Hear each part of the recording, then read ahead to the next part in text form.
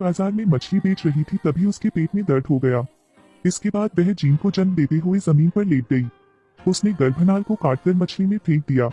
फिर वह मछली बेचने के लिए फिर से उठी। बच्चों की रोने की आवाज सभी ने सुनी।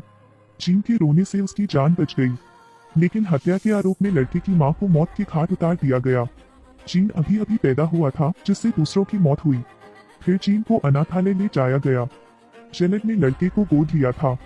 हर कोई सोचता है कि जीन आज रात मर जाएगी, लेकिन जीन ने अपनी उंगली ली और इसे सूंघने के लिए अपनी नाक तक लाया। सभी को पता चल गया कि यह बच्चा सामान्य नहीं है। लड़का जमीन पर पड़े पत्ती नाशपाती को सूंघ सकता था, यहाँ तक कि चूहे और चींटी के शव भी। लड़का इन सुगंधों को अच्छी तरह याद कर सकता है। पता चला जीन में गंध सूंघने की क्षमता है। 13 साल की उम्र में वह लकड़ी, घास, चट्टानों, पानी की गंध सूंघने में सक्षम था, यहाँ तक कि पानी में मेंढक। इस बिंदु पर जेलेट ने जीन को बेच दिया। सौदेबाजी के बाद गिलार्ड को $7 मिले, लेकिन तभी डाकुओं ने उसकी हत्या कर दी। वहीं एक और शख्स की मौत हो गई। निर्माण स्थल पर जीन दिन में 16 घंटे काम करता है। बॉस बहुत संतुष्ट था। उसने जीन को बाहर जाने का फैसला किया। बाजार में वह कई तरह की अगरबत्तियां सूंघ सकता है और उन्हें याद कर सकता है। अचानक जीन को एक अजीबोगरीब गंध सूंघी। यह खुबानी बेचने वाली लड़की निकली। यह सुगंध बहुत अद्भुत होती है। जीन वहां सूंघने जाता है। जीन ने उसका पीछा एक गली में किया। उसने लड़की का हाथ उठाया और उसे सूंघा, लेकिन वह डर गई और भाग गई। लेकिन जीन चुपचाप उस लड़की के पीछे भागा। यह सुगंध बहुत अद्भुत होती है। जीन से सिर से पांव तक बदबू आ रही थी। लड़की मुड़ी, फिर चिल्लाई। जीन ने लड़की का मुंह ढक दिया। इसी दौरान 2 लोग वहां से गुजरे। जीन ने लड़की का गला दबाना जारी रखा। जब वे चले गए तो लड़की को जीन ने मार डाला। उसने जल्दी से उसके कपड़े उतारे। वह सिर से पांव तक महक रहा था, लेकिन धीरे धीरे यह खुशबू गायब हो गई। जीन बहुत अधीर था। उसे यह सीखना होगा कि अद्भुत सुगंध को कैसे बनाए रखा जाए। वह इत्र की दुकान के मालिक को खोजने गया। यह इत्र की दुकान बंद कर दी गई है, क्योंकि प्रतिस्पर्धी ज्यादा सुगंधित परफ्यूम बनाते हैं। बाल्डिनी के सामने जीन था। तुरंत एक और इत्र अधिक सुगंधित कर रहा था। इसे सूंघने के बाद बाल्डिनी को बहुत खुशी हुई, जैसे उसे उसके पहले प्यार ने चूम लिया हो।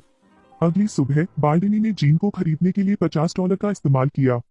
वह बहुत खुश है क्योंकि वह बहुत कमाता है, लेकिन उस रात उसने बाहर जाने के लिए $50 लिए। घर के रास्ते पर परिणाम हो गया। एक और व्यक्ति की मृत्यु हो गई। जीन ने बाल्डिनी को तुरंत अपने शिक्षक के रूप में स्वीकार कर लिया। इत्र की दुकान में खूब माल बेचा। लोग परफ्यूम खरीदने के लिए लाइन में लगे हैं। मालिक ने जीन को गुलाब के तेल का आसवन करना भी सिखाया। अंत में जीन ने पहली बूंद डाली। जीन बहुत खुश है। वह गंध को बचाने के लिए बिल्लियों और कुत्तों को मारने गया, लेकिन असफल रहा। बाल्डिनी को लगता है कि जीन पागल है। उसने कहा कि वह अब जीन को नहीं पढ़ा सकता। उसने जीन को इत्र की राजधानी ग्रास जाने के लिए कहा। आवश्यक तेलों को अलग करने का एक और तरीका है, लेकिन जाने से पहले जीन को परफ्यूम की 100 रेसिपी लिखनी थी। जीन के लिए यह पाई जितना आसान था। लिखने के बाद वह चला गया। बाल्डिनी हाथ में किताब लेकर सो गई। यह उनके जीवन का सबसे खुशी का दिन था। अप्रत्याशित रूप से जीवन का अंतिम दिन भी है। हेज, एक और व्यक्ति की मौत हो गई। ग्रास में पहुंचकर जीन को परफ्यूमरी डिस्टिलरी में स्वीकार कर लिया गया। उसने अपनी योजना भी शुरू कर दी। यह परफ्यूम बनाने के लिए जवान लड़कियों के शरीर का इस्तेमाल कर रहा है। जीन ने लड़की के शव को कांच के जार में भिगोया। जीन ने उस सार को ग्रहण करना शुरू कर दिया, लेकिन जीन एक बार फिर फेल हो गए। जीन फूल बेचने वाली लड़की को खोजने के लिए सड़क पर गई। मुझे तुम्हारे साथ रहने के लिए कितना भुगतान करना होगा? इस बार जीन ने एक नया तरीका अपनाया। उसने लड़की के हाथ पर चर्बी लगाई। लड़की ने सोचा कि जीन का कोई खास शौक है, इसलिए वह बहुत दिलचस्पी ले रही थी। लेकिन जब उसने जीन को चाकू पकड़े देखा तो वह घबरा गई। वह खड़ी हुई और जीन पर पैसे फेंके। यहाँ से चले जाओ। जीन ने लड़की के बाल काटे, फिर लड़की को कपड़े में लपेट दिया। उसके बाद उन्होंने एक रेजर का इस्तेमाल परत दर परत तेल को खुजने के लिए किया। बाल भी बेहद जरूरी है। फिर जीन ने कांच के जार से बैरल में पानी डाला। अच्छी तरह हिलाओ। प्रशिक्षण शुरू करने के लिए जार में डाल दो। थोड़ी देर बाद सार की बूंदें बह निकली। जीन ने सूंघने के लिए इसे अपनी नाक तक लाया। यह सफल रहा। वह उन्मत्त अभिनय करने लगा। जीन 13 फूलदान तैयार करता है। वह इन 13 मर्तबानों को भरना चाहता है। 1 बूंद, 2 बूंद, 3 बूंद, ज्यादा से ज्यादा। कस्बे की लड़कियां असामान्य रूप से गायब हैं। गायों का दूध दुहने वाले लोग हैं चरवाही। चीन द्वारा पकड़ी गई लड़कियां सभी कच्ची सामग्री बन जाती हैं। कस्बे में आए दिन बच्ची की लाश मिलती है। प्रत्येक शरीर में समान गुण होते हैं। इनके शरीर पर बाल नहीं होते हैं। रईसों ने प्रतिबंध जारी किया। उन्होंने हर घर को एक बंदूक दी, लेकिन उन्होंने कभी चीन का फिक्र नहीं देखा था। सभी को लगा कि यह शैतान का काम है। केवल एंटोनी ने ऐसा नहीं सोचा था। जांच के नतीजों से पता चला कि उनके साथ रेप नहीं हुआ था। उन्होंने सिर्फ अपने बाल कटवाए थे और कपड़े नहीं थे।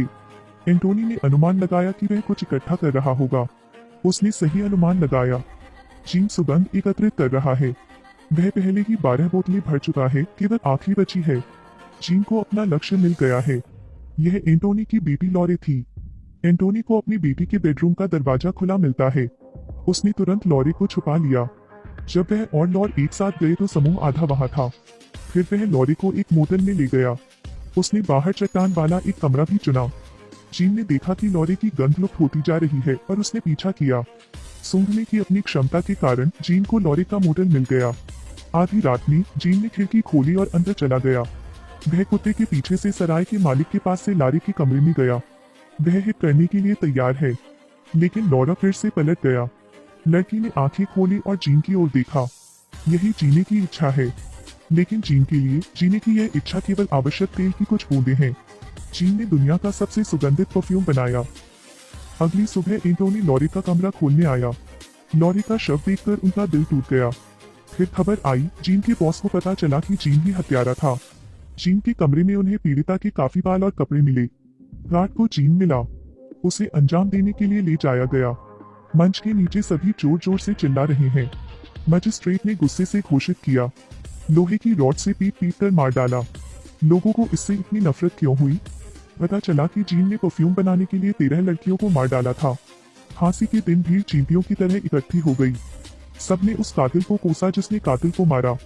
वे इस शैतान को अपनी आंखों से मरते हुए देखना चाहते थे। हालांकि एक चमत्कारिक रंग हुआ। जीन को एक लग्जरी गाड़ी में ले जाया गया। उसने आलीशान कपड़े पहने और कार से उतर गया। सभी तुरंत शांत हो गए।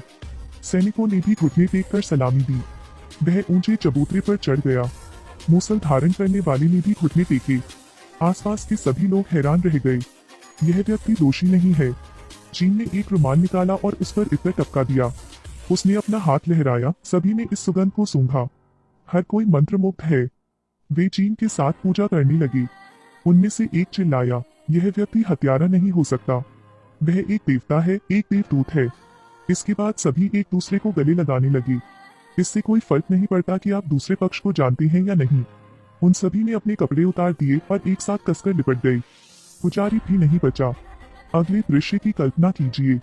इस समय गुस्से में एंटोनी दौड़ पड़ा। उसके हाथ में चाकू था, लेकिन जब उसने जीन को देखा तो उसने घुटने टेक दिए और जीन को अपना बेटा मान लिया। यह सब देखकर जीन ने खुबानी बेचने वाली छोटी लड़की के बारे में सोचा। वह फूट फूट कर रोने लगा, फिर चला गया। सुबुगाहट भी खत्म हो जाती है। शौक में सब जाग गए। वे कपड़े पहने और जल्दी से चले गए। लोग इस शर्मनाक कहानी को दोहराना नहीं चाहते। उन्होंने उस बॉस को गिरफ्तार कर लिया जिसने जीन को हत्यारा बताया था। उसे फांसी के मैदान में ले जाया गया। जीन फिर अकेला चल रहा था। बस बचा हुआ इत्र ही उसे राजा बना देता है। जीन लोगों से भगवान के रूप में उनकी पूजा करवा सकते हैं, यहाँ तक कि पूरी दुनिया को जीत लिया। हालांकि उनकी यादें उन्हें उस स्थान तक ले जाती हैं जहां उनका जन्म हुआ था। यह एक बदबूदार मछली बाजार है। उसने अपने पूरे शरीर पर इत्र उंडेल दिया।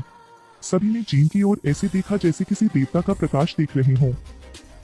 देवदूत, मैं आपसे प्यार करती हूँ। सभी जीन की ओर दौड़ पड़े। सभी ने जीन के टुकड़े टुकड़े कर दिए। भीड़ तितर बितर हो गई। केवल जीन के कपड़ों के टुकड़े रह गए। जीन दुनिया से गायब हो गया था, जैसे कभी दिखाई ही न दिया हो। जीन ने आत्महत्या क्यों की? जीन ने सिर्फ 13 बोतल परफ्यूम बर्बाद किया जिसे बनाने में उसने इतनी मेहनत की थी। गौर से देखेंगे तो जो सूक्ष्म है वे नोटिस करेंगे। क्या आपने ध्यान दिया?